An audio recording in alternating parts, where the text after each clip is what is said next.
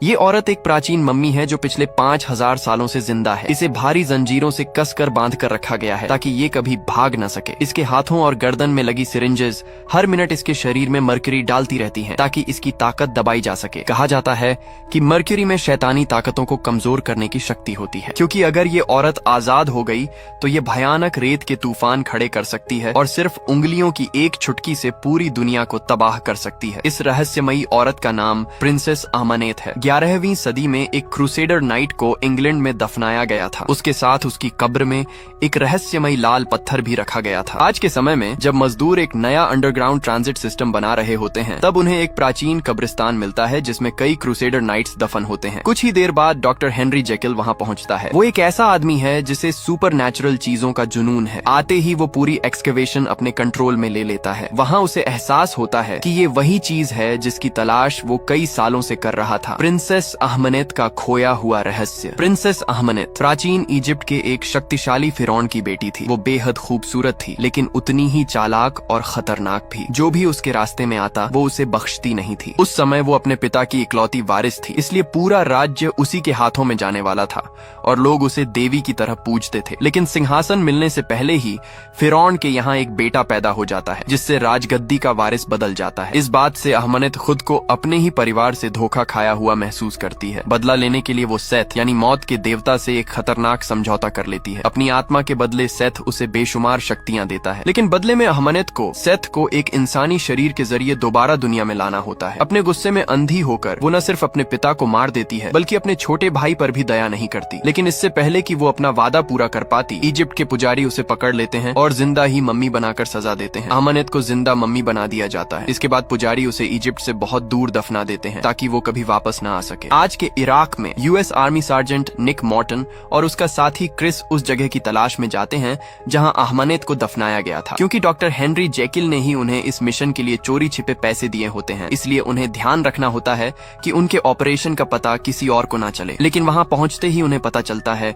कि पूरा इलाका हथियारबंद बागियों से भरा पड़ा है। हालात इतने खतरनाक हो जाते हैं कि क्रिस डरकर वापस लौटना चाहता है, लेकिन निक उसे मिशन पूरा होने तक रुकने के लिए मना लेता है। कुछ ही देर बाद दोनों बागियों के साथ भयंकर गोलीबारी में फंस जाते हैं। मजबूर होकर उन्हें एयर स्ट्राइक बुलानी पड़ती है ताकि दुश्मन पीछे हट जाए। एयर स्ट्राइक के जोरदार धमाकों से वहां की जमीन धंस जाती है और गलती से अहमनेत की प्राचीन कब्र सामने आ जाती है। इसी दौरान निक लगभग उस विशाल गड्ढे में गिरने वाला होता है जो धमाकों की वजह से बना था। कुछ घंटों बाद कर्नल ग्रीनवे वहां पहुंचता है। आते ही उसे निक और क्रिस पर शक हो जाता है कि वो अपने सैनिक होने का फायदा उठाकर गैर कानूनी काम कर रहे हैं और प्राचीन कीमती चीजें चुराकर ब्लैक मार्केट में बेचते हैं। निक और क्रिस तुरंत उन आरोपों से इनकार कर देते हैं। वो कहते हैं कि वो वहां सिर्फ इसलिए आए थे क्योंकि उन्हें लगा था कि पास के गांव में बागियों ने कुछ लोगों को बंधक बना रखा है। उसी समय आर्मी आर्कियोलॉजिस्ट जेनी हॉल्सी वहां पहुंचती है और सबके सामने आते ही निक को जोरदार थप्पड़ मार देती है। गुस्से में वो कहती है कि कुछ रात पहले शहर में वो उसके साथ थी, लेकिन बाद में निक ने उसका एक जरूरी नक्शा चुरा लिया। हालांकि निक इस बात से साफ इनकार करता है। कुछ देर बाद जेनी की नजर जमीन में बने उस विशाल गड्ढे पर पड़ती है। वो हैरान हो जाती है जब उसे पता चलता है कि उस मकबरे का डिजाइन इजिप्शियन स्टाइल का है, जबकि वो लोग पर्शियन इलाके में खड़े हैं। उसके लिए ये बात बिल्कुल समझ से बाहर थी। जेनी ग्रीनवे को बताती है कि उसका काम ऐसे कीमती आर्टिफैक्ट्स को सुरक्षित करना है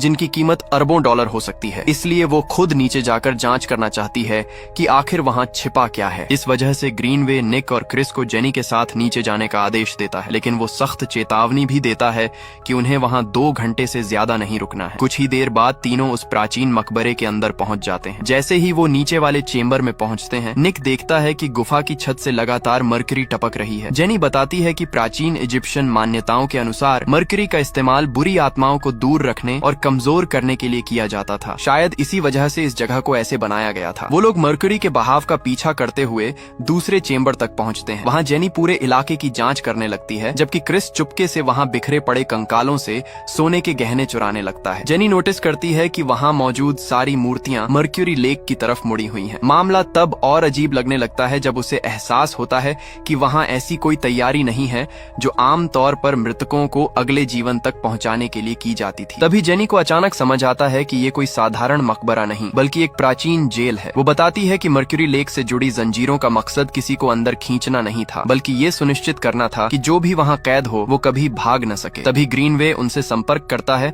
और चेतावनी देता है कि बागियों का एक बड़ा ग्रुप तेजी से उनकी तरफ बढ़ रहा है। वो कहता है कि उन्हें तुरंत वहाँ से निकलना होगा, लेकिन जेनी वहाँ से जाने से मना कर देती है।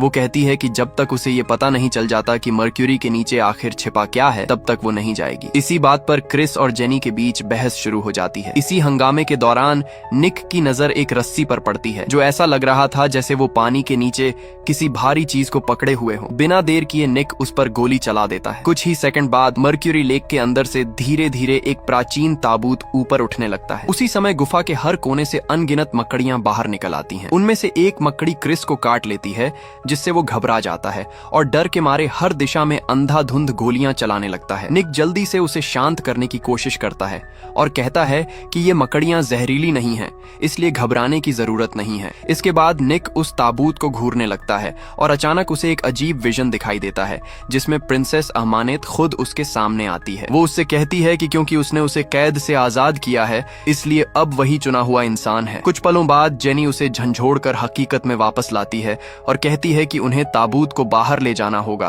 ताकि उसकी ठीक से जांच की जा सके। निक अभी भी उस विजन से पूरी तरह डरा हुआ होता है, लेकिन फिर भी वो ग्रीनवे तक ये बात पहुंचा देता है। ग्रीनवे तुरंत एक हेलीकॉप्टर बुलाता है ताकि उस ताबूत को बाहर निकाला जा सके। जब ताबूत को धीरे धीरे हवा में उठाया जाता है तब निक देखता है कि दर्जनों कौवे उसके चारों तरफ मंडरा रहे हैं जैसे वो उस ताबूत की रखवाली कर रहे हों। कुछ समय बाद निक, क्रिस, जेनी और कर्नल ग्रीनवे एक एयर स्ट्रिप पर पहुंचते हैं। उसी दौरान आसमान में धीरे धीरे एक विशाल रेत का तूफान बनना शुरू हो जाता है। वो जल्दी से उस ताबूत को मिलिट्री प्लेन में लोड करते हैं और फिर उसे इंग्लैंड ले जाने के लिए खुद भी विमान में सवार हो जाते हैं। उड़ान के दौरान क्रिस की हालत तेजी से बिगड़ने लगती है, लेकिन विमान में मौजूद किसी को भी उसके अजीब व्यवहार पर खास ध्यान नहीं जाता। इसी बीच निक फिर से जेनी के करीब आने की कोशिश करता है। वो कहता है कि शायद उसने सच में उसका नक्शा चुराया था, लेकिन वो ये भी कहता है कि उसके लिए उसकी फीलिंग्स बिल्कुल सच्ची हैं। लेकिन जेनी कहती है कि उसके मुताबिक निक सिर्फ एक चोर है जो कीमती चीजें बेचकर पैसे कमाता है। कुछ देर बाद जेनी ताबूत पर लिखी इंस्क्रिप्शंस को पढ़ना शुरू करती है। उन लिखावटों में अहमनेत की जिंदगी और उसके श्राप की कहानी छिपी होती है। उसी दौरान निक को फिर एक डरावना विजन दिखाई देता है। इस बार वो अहमनेत की पूरी कहानी देखता है, लेकिन अब उसे एक और खौफनाक सच पता चलता है। उसे एहसास होता है कि शैतान सेथ को इंसानों की दुनिया में वापस लाने के लिए उसी को चुना गया है। तभी अचानक क्रिस उठ खड़ा होता है जैसे अब वो अपने होश में ही ना हो। वो तुरंत एक चाकू लेकर ताबूत खोलने की कोशिश करता है। ग्रीनवे उसे रोकने की कोशिश करता है, लेकिन क्रिस उसे चाकू मार देता है। इसके बाद क्रिस, निक और बाकी लोगों को मारने की भी कोशिश करता है।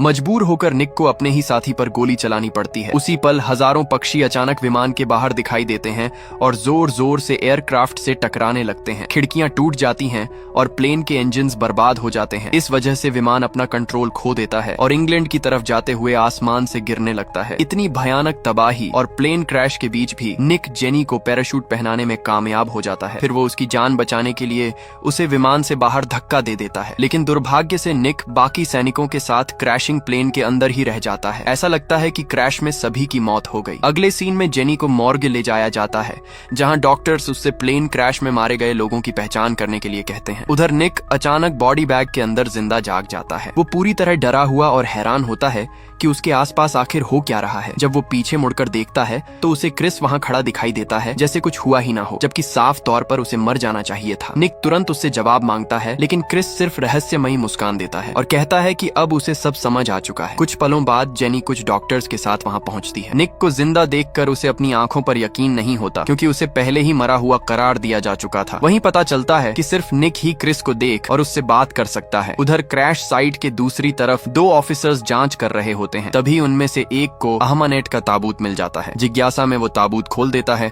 और अंदर अहमानेट की असली मम्मी वाली लाश देखता है। वो तुरंत अपने साथी को बुलाता है, लेकिन दूसरा ऑफिसर उसके पास पहुंच भी नहीं पाता कि अहमानेट अचानक जाग जाती है और उस पर हमला कर देती है। वो उस आदमी की जीवन शक्ति चूसने लगती है। जैसे जैसे वो ऐसा करती है, उसका शरीर और ताकत धीरे धीरे वापस आने लगती है। इसके बाद वो दूसरे ऑफिसर के साथ भी बिल्कुल यही करती है। तभी आखिरकार ये सच सामने आता है कि जो भी इंसान उसके हाथों मरता है वो उसका गुलाम बन जाता है जाता है और उसके हर आदेश का पालन करता है। इसी बीच निक और जेनी एक बार में जाते हैं और समझने की कोशिश करते हैं कि आखिर निक प्लेन क्रैश से कैसे बच गया, लेकिन दोनों में से किसी के पास भी इसका कोई जवाब नहीं होता। सारी बातों पर चर्चा करते हुए जेनी अचानक एक चौंकाने वाली थ्योरी बताती है। वो कहती है कि इतिहास में एक इजिप्शियन प्रिंसेस थी जिसे जानबूझकर इतिहास से मिटा दिया गया था, और उसका मानना है कि वो प्रिंसेस कोई और नहीं बल्कि अहमानेत ही थी। जेनी ये भी बताती है कि अहमानेत एक खास खंजर इस्तेमाल करती थी जिसके हैंडल में एक जादुई पत्थर लगा हुआ था। उसी खंजर की मदद से सेथ को इंसानी दुनिया में लाने वाला रिचुअल किया जाना था। आर्कियोलॉजिस्ट के मुताबिक बाद में वो पत्थर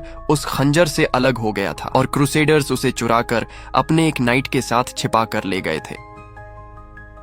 जेनी बताती है कि हाल ही में उन्हें एक प्राचीन क्रूसेडर सेमेट्री मिली थी और उसे पूरा यकीन है कि वही खोया हुआ पत्थर वहां छिपा हो सकता है। जब जेनी ये सब बता रही होती है तब निक बार बार क्रिस को कमरे के अलग अलग कोनों में खड़ा देखता रहता है, जैसे वो हर जगह उसका पीछा कर रहा हो। इस वजह से परेशान होकर निक खुद को संभालने के लिए बाथरूम में चला जाता है, लेकिन जब वो आईने में देखता है तो वहां भी उसे क्रिस दिखाई देता है। अब निक को लगने लगता है कि शायद वो सच में अपना दिमाग खो रहा है। तभी क्रिस उससे कहता है कि उन दोनों को अहमानेत ने श्राप दिया है और अगर निक ने उसके लिए तय किए गए रास्ते का पालन नहीं किया तो उनकी हालत और भी बदतर हो जाएगी। इसी बीच जेनी चोरी छिपे हेनरी जेकिल से संपर्क करती है और उसे निक के साथ हो रही सारी घटनाओं के बारे में बताती है। हेनरी उसे आदेश देता है कि वो तुरंत निक को उसके पास लेकर आए, लेकिन ध्यान रखे कि उसे अभी पूरा सच पता न चले। मानसिक रूप से टूट चुका और बेहद परेशान निक भटकते हुए एक अंधेरी गली में पहुंच जाता है। तभी अचानक अहमानेत उसके सामने दिखाई देती है। उसी समय हजारों चूहे उसके पीछे पीछे आने लगते हैं और फिर सीधे निक की तरफ दौड़ पड़ते हैं, लेकिन बाद में पता चलता है कि ये सिर्फ एक और डरावना विजन था। असल में निक सड़क के बीचों बीच खड़ा था और एक कार उसे लगभग टक्कर मारने वाली थी। जेनी तुरंत उसे खींचकर बचा लेती है। इसके बाद निक उससे कहता है कि अहमानेत को लेकर उसकी थ्योरी बिल्कुल सही थी। वो जेनी को उन डरावने विजन्स के बारे में बताता है जो उसे लगातार दिखाई दे रहे हैं, लेकिन जेनी कहती है कि शायद ये सब मर्क्यूरी के असर की वजह से हो रहा है। फिर भी निक जोर देकर कहता है कि उसे खुद ताबूत देखना होगा, क्योंकि उसका मानना है कि अगर वो अहमानेत की असली लाश देख लेगा तो साबित हो जाएगा कि ये सब सिर्फ उसके दिमाग का वहम है। उधर अहमानेत अलग अलग आदमियों की जीवन शक्ति चूसती रहती है। इससे उसकी ताकत लगातार बढ़ती जाती है और उसका असली इंसानी रूप भी लगभग पूरी तरह वापस आ जाता है। कुछ देर बाद निक और जेनी वापस क्रैश साइट पर पहुंचते हैं। जेनी सीधे ताबूत की तरफ चली जाती है, जबकि निक अजीब तरीके से पास के एक चर्च की तरफ खींचा चला जाता है। जैसे ही वो चर्च को देखता है उसे फिर अहमानेत का विजन दिखाई देता है और जब वो अचानक होश में आता है तब उसे एहसास होता है कि वो पहले ही चर्च के अंदर पहुंच चुका है। कुछ ही देर बाद अहमानेत के गुलाम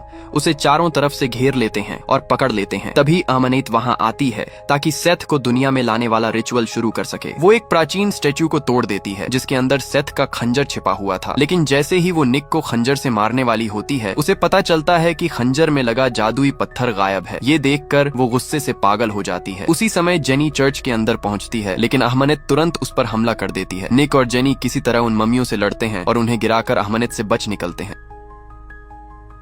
आखिरकार दोनों चर्च से भागने में कामयाब हो जाते हैं। भागते समय जेनी को एहसास होता है कि निक का अहमानेत के साथ कोई अजीब कनेक्शन है, क्योंकि उसका दिमाग हमेशा उसे सीधे मम्मी की सही लोकेशन तक ले जाता है। निक तुरंत इस बात से इनकार करता है, लेकिन कुछ ही पलों बाद उसे अचानक एहसास होता है कि बिना ध्यान दिए वो गाड़ी वापस उसी चर्च की तरफ मोड़ चुका है, जैसे कोई उसके दिमाग को कंट्रोल कर रहा हो। तभी उसे समझ आता है कि अहमानेत सच में उसके दिमाग के अंदर मौजूद है और धीरे धीरे उस पर अपना असर डाल रही है। दोनों फिर वहां से भागने लगते हैं, लेकिन थोड़ी देर बाद अहमानेत की मम्मियां उनका पीछा करने लगती हैं। इसी चक्कर में उनकी गाड़ी बेकाबू होकर क्रैश हो जाती है। कुछ पलों बाद अहमानेत वहां पहुंचती है और अपनी शक्तियों से निक को आसानी से जमीन पर गिरा देती है, लेकिन इससे पहले कि वो जेनी को मार पाती, अचानक हथियारों से लैस कुछ लोग वहां पहुंच जाते हैं। उनके पास खास तरह के वेपन्स होते हैं और वो जेनी को मम्मी से बचाने में कामयाब हो जाते हैं। अहमानेत को पकड़ने के बाद उन रहस्यमयी लोगों में से एक आदमी निक के पास आता है और तुरंत उसे बेहोश कर देता है। कुछ देर बाद निक एक रहस्यमयी फैसिलिटी के अंदर होश में आता है जिसे वो पहचान नहीं पाता। वहीं आखिरकार डॉक्टर हेनरी जेकिल उससे अपना परिचय कराता है। हेनरी बताता है कि वो प्रोडिजियम नाम की एक गुप्त ऑर्गेनाइजेशन का लीडर है जिसका काम दुनिया भर में मौजूद खतरनाक सुपरनैचुरल खतरों को ढूंढना और खत्म करना है। फिर ये भी पता चलता है कि हेनरी खुद भी एक शैतानी बीमारी से संक्रमित है जो धीरे धीरे उस पर कब्जा कर लेती है। इसी वजह से वो खुद को लगातार एक खास सीरम इंजेक्ट करता रहता है ताकि उसका शैतानी बदलाव रुक सके। इसके अलावा हेनरी ये भी बताता है कि जेनी काफी समय से प्रोडिजियम के लिए काम कर रही है और शुरू से ही अमानत के मामले पर नजर रख रही थी। इसके बाद हेनरी निक को दिखाता है कि उन्होंने अमानत को सही सलामत पकड़ लिया है और अब वो अपनी शक्तियों का इस्तेमाल नहीं कर सकती क्योंकि उसकी नसों में सीधे मर्क्यूरी इंजेक्ट की जा रही है। हेनरी समझाता है कि धीरे धीरे अमानत के शरीर में मौजूद मर्क्यूरी जम जाएगी और आखिरकार उसे पूरी तरह मार डालेगी। कुछ देर बाद अमानत फिर निक से बात करती है। वो कहती है कि जैसे ही सेथ पूरी तरह उसके शरीर पर कब्जा कर लेगा, निक अमर हो जाएगा और उसके पास जिंदगी और मौत दोनों पर शक्ति होगी। वो ये भी कहती है कि निक राजा बनेगा और वो खुद रानी बनेगी और दोनों मिलकर पूरी दुनिया पर राज करेंगे। कुछ ही पलों बाद मर्क्यूरी के असर से अमानत का शरीर जलने लगता है। हालांकि निक जानता है कि वो कितनी खतरनाक है, फिर भी वो हेनरी से विनती करता है कि वो उसे तकलीफ देना बंद करे। ये बात हेनरी को हैरान भी करती है और उसके अंदर दिलचस्पी भी जगाती है। इसी बीच हेनरी के आदमी खंजर का खोया हुआ पत्थर ढूंढ निकालते हैं। उधर अमानत जेनी से रहस्यमयी अंदाज में बात करती है। वो उसे याद दिलाती है कि खंजर, पत्थर और निक तीनों को एक ही जगह पर किसी खास वजह से लाया गया है। फिर वो जेनी से पूछती है कि आखिर उसे क्या लगता है हेनरी का असली इरादा क्या है। तभी अचानक जेनी को हेनरी की असली योजना समझ आ जाती है। हेनरी चाहता था कि सेथ निक के शरीर पर कब्जा कर ले ताकि मौत के देवता को एक असली इंसानी शरीर मिल सके और जैसे ही सेथ इंसानी रूप में आए वो उसे हमेशा के लिए मार सके। जेनी तुरंत हेनरी से इस योजना को लेकर सवाल करती है, लेकिन हेनरी कहता है कि चाहे वो कुछ भी कर लें, अमानत के श्राप की वजह से निक की मौत आखिरकार तय है। ये सुनकर गुस्से में निक हेनरी का सीरम छीन लेता है और कहता है कि जब तक वो कोई दूसरा रास्ता नहीं ढूंढेगा उसे सीरम वापस नहीं मिलेगा। लेकिन अब बहुत देर हो चुकी थी। सीरम ना मिलने की वजह से हेनरी पूरी तरह अपने डरावने मॉन्स्टर रूप मिस्टर हाइड में बदल जाता है। जैसे ही उस मॉन्स्टर को बंद करने के लिए चेंबर खुद ब खुद सील होने लगता है, जेनी और एक गार्ड वहां से भाग निकलते हैं, लेकिन निक उसी कमरे में मिस्टर हाइड के साथ फंस जाता है। इसी दौरान अमानत एक टेक्नीशियन को अपने कंट्रोल में ले लेती है और उसकी मदद से अपनी कैद से आजाद हो जाती है। भयानक लड़ाई के बाद निक किसी तरह मिस्टर हाइड को काबू में कर लेता है और उसे दोबारा सीरम इंजेक्ट कर देता है, जिससे वो फिर से सामान्य इंसान बन जाता है। कुछ देर बाद जेनी वहां पहुंचती है और निक से कहती है कि उन्हें तुरंत क्रूसेडर कब्रिस्तान जाना होगा ताकि पत्थर को नष्ट किया जा सके। वो समझाती है कि जैसे ही पत्थर नष्ट होगा अमानत रिचुअल पूरा नहीं कर पाएगी और ये श्राप हमेशा के लिए खत्म हो जाएगा। जब निक और जेनी कब्रिस्तान की तरफ जा रहे होते हैं तभी अमानत अपनी पूरी शक्ति छोड़ देती है और एक विशाल रेत का तूफान पैदा कर देती है जो पूरे लंदन को अपनी चपेट में ले लेता है। इस अफरा तफरी के बीच निक और जेनी एक दूसरे से अलग हो जाते हैं। तभी क्रिस एक बार फिर निक के सामने दिखाई देता है। क्रिस उससे कहता है कि वो उसके पीछे आए क्योंकि उसे पता है कि पत्थर कहाँ छिपा है, लेकिन बाद में पता चलता है कि वो पूरे समय झूठ बोल रहा था और सिर्फ निक और जेनी को अमानत तक पहुंचाने की कोशिश कर रहा था। उसी समय अमानत अपनी शक्तियों का इस्तेमाल करके क्रूसेडर नाइट्स की लाशों को दोबारा जिंदा कर देती है ताकि वो पत्थर वापस हासिल करने में उसकी मदद कर सके। लंदन अंडरग्राउंड के अंदर अचानक जेनी पर उन ममियों में से एक हमला कर देती है, लेकिन ठीक समय पर निक वहां पहुंच जाता है और उसकी जान बचा लेता है।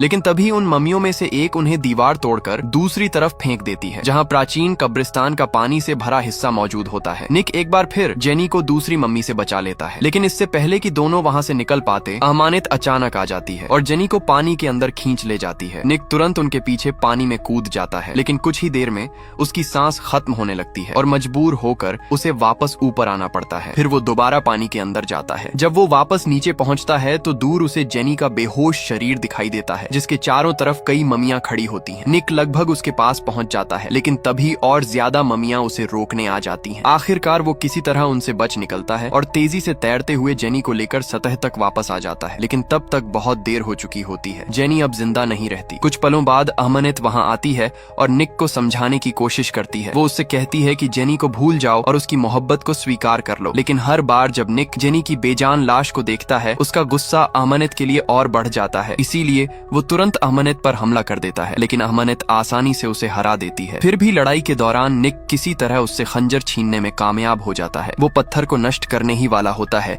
कि अहमनेत उसे याद दिलाती है कि अगर वो सेथ को अपने शरीर पर कब्जा करने दे तो उसे जिंदगी और मौत दोनों पर शक्ति मिल जाएगी। उसी पल निक को एहसास होता है कि जेनी को बचाने का अब सिर्फ यही आखिरी रास्ता बचा है। बिना एक पल गंवाए वो खुद को उसी खंजर से मार लेता है। कुछ ही देर बाद सेथ पूरी तरह निक के शरीर पर कब्जा कर लेता है और निक अहमनेत के लिए अपना प्यार जाहिर करता है। लेकिन जैसे ही उसकी नजर जेनी के शरीर पर पड़ती है, अचानक निक दोबारा खुद पर कंट्रोल हासिल कर लेता है। फिर सेथ की शक्तियों का इस्तेमाल करके वो अहमनेत की जीवन शक्ति चूस लेता है। इसके बाद वही शक्ति इस्तेमाल करके वो जेनी को दोबारा जिंदा कर देता है। जब जेनी होश में आती है तो सबसे पहले उसे अहमनेत की मरी हुई लाश दिखाई देती है। इसके तुरंत बाद वो निक को ढूंढने लगती है। आखिरकार उसे निक एक अंधेरे कोने में छिपा हुआ मिलता है, लेकिन जैसे ही वो उसके पास आने की कोशिश करती है, निक उसे रोक देता है और कहता है कि फिलहाल उससे दूर रहे। निक बताता है कि अब उसे खुद नहीं पता कि वो आखिर क्या बन चुका है और उसे डर है कि कहीं वो जेनी को नुकसान ना पहुंचा दे। जाने से पहले निक उससे कहता है